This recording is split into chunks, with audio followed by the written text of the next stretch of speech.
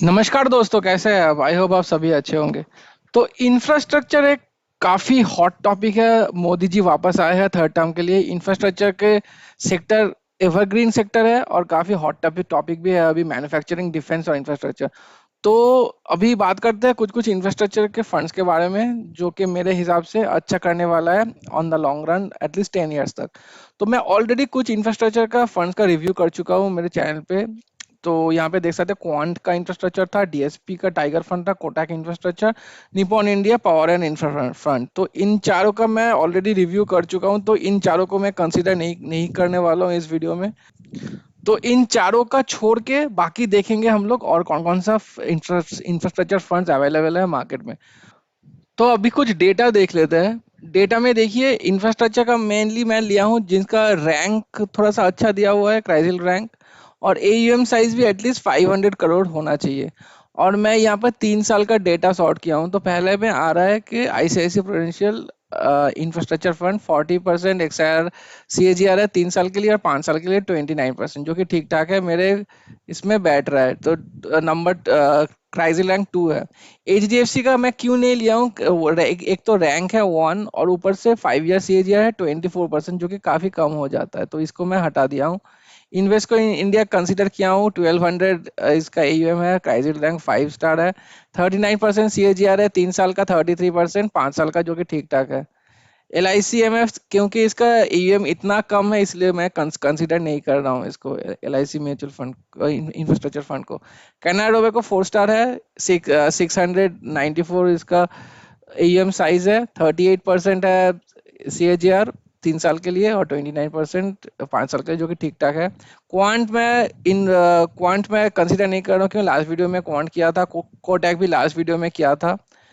बंधन इंफ्रास्ट्रक्चर, बंधन में देखिए 2 स्टार है, 1000 के ऊपर एयूएम साइज है, 37% इसका 3 ईयर सीएजीआर, 30% इसका 5 ईयर सीएजीआर।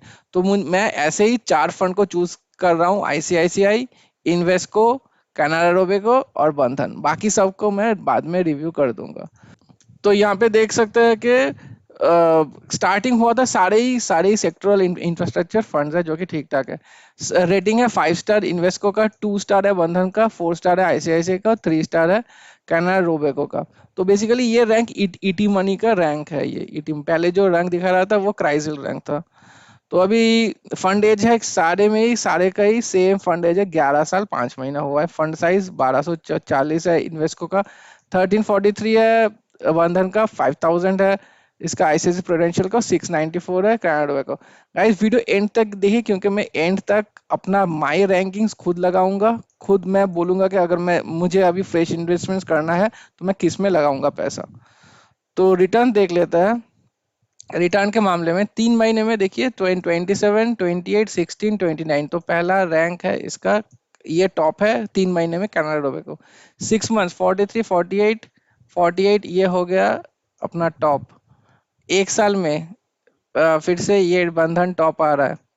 3 साल में देखिए 30 से 40 ये टॉप आ रहा है आईसीआईसीआई। तो कोई भी एक पर्टिकुलर फंड जीत नहीं रहा है। देखिए 5 ईयर में 32, ये यहाँ पे आ गया इन्वेस्को, ठीक है। अभी बात करते हैं सेकंड वाले का। सेकंड वाले कौन सा जीत रहा है? 28, ये हो गया एक, ठीक है। तो इसको हम लोग सेकंड डालेंगे, नंबर 2, ठीक है। 6 मंथ्स में नंबर 2 कौन सा है? ये वाला है नंबर 2। 1 ईयर में नंबर 2 है, ये फिर से नंबर 2।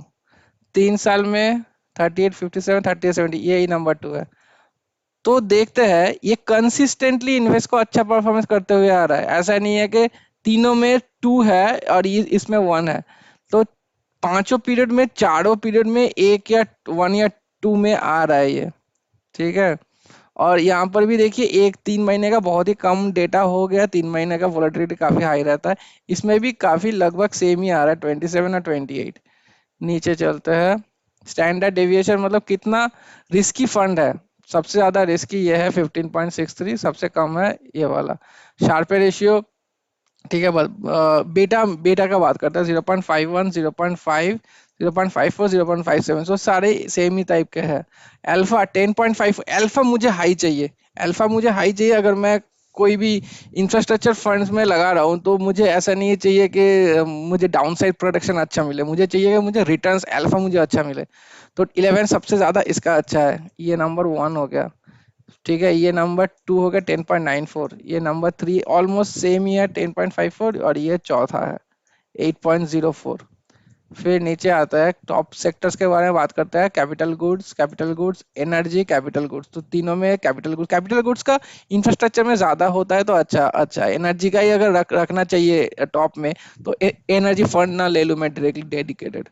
तो एनर्जी दूसरे में है, कंस्ट्रक्शन, फाइनेंशियल। एनर्जी फाइनेंशियल तो अच्छा नहीं है क्योंकि मैं इंफ्रास्ट्रक्चर फंड ले रहा हूँ, तो फाइनेंशियल का क्यों रखूँ अपने पोर्टफोलियो में। कंस्ट्रक्शन सर्विसेज, कंस्ट्रक्शन जो कि ठीक ठाक है। Top holdings power grid, L and T, Bharat electronics, NTPC, Tata power. तो सारे में अच्छी अच्छी कंपनीज है, सारे हाई हाई मार्केट कैपिटलाइजेशन का कंपनी है, एक्सेप्ट ये वाला। ये बैंक, दोनों बैंक आ गया मेरे टॉप में, तो ये मुझे आईसीआईसी का अभी पसंद नहीं आ रहा है फिलहाल। तो लास्ट में बात करेंगे मेरा फाइनल रैंकिंग्स क्या होने वाला है। पी रेशियो देखिए सबसे कम इसी का है, क्योंकि बैंक का अभी फिलहाल तो बोलबाला उतना चल नहीं रहा है, इसीलिए पी रेशियो कम है इसका ऑटोमेटिकली। सेकंड पी रेशियो है इसका, थर्ड पी रेशियो है इसका।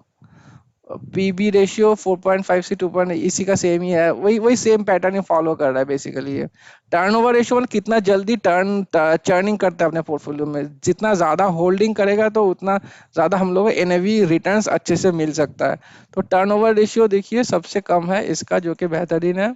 उसके बाद है इसका इन्वेस्को का, इसका और इसका आईसीआईसीआई और बंधन का टर्नओवर रेशियो काफी हाई है।